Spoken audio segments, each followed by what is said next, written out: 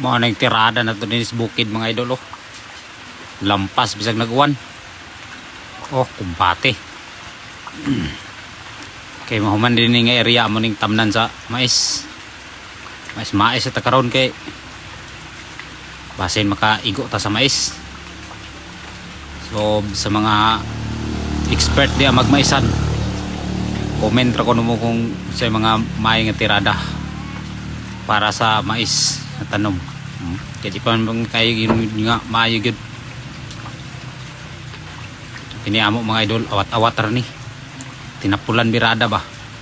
Batin sila lampas di oh. Karabe.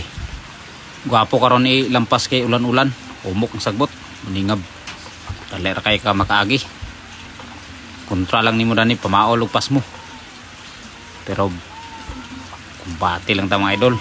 Ilang permihon para dili gid ta madaot.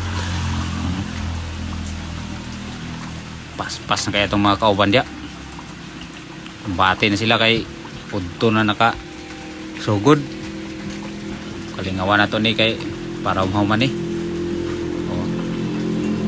Muna yan mong gilampasan ni area.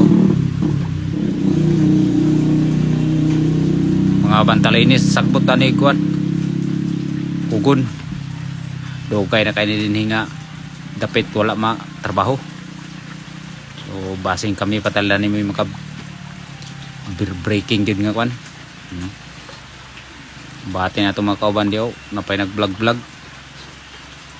saon nga apel mo ni sila sa kabibo sa Facebook muni nga bati sila lampas niya video ginagbay pindi lang sa tao nga mo tanaw sa ilang mga video. Oh, grabe si Brandon Diob bunal gyud pero pagkatuod na giapil ang tuhod pagtigbas. Pero bati ka po kayo. Ta. Kauras yun, kauras. Intras nga may oras pa. Ta. I-forward na ko ni gamay mga idol kay para nindot tanawon ba. Kaya og ato ni siyang ikuan ra gyud lain man, hinay man. May forward kay purag paspas kay ba, dali ra ang trabaho mo man. Daler sa dang video mo man. Hindi kayo sumul nga tanawon. Muna na rin niya mong agyo.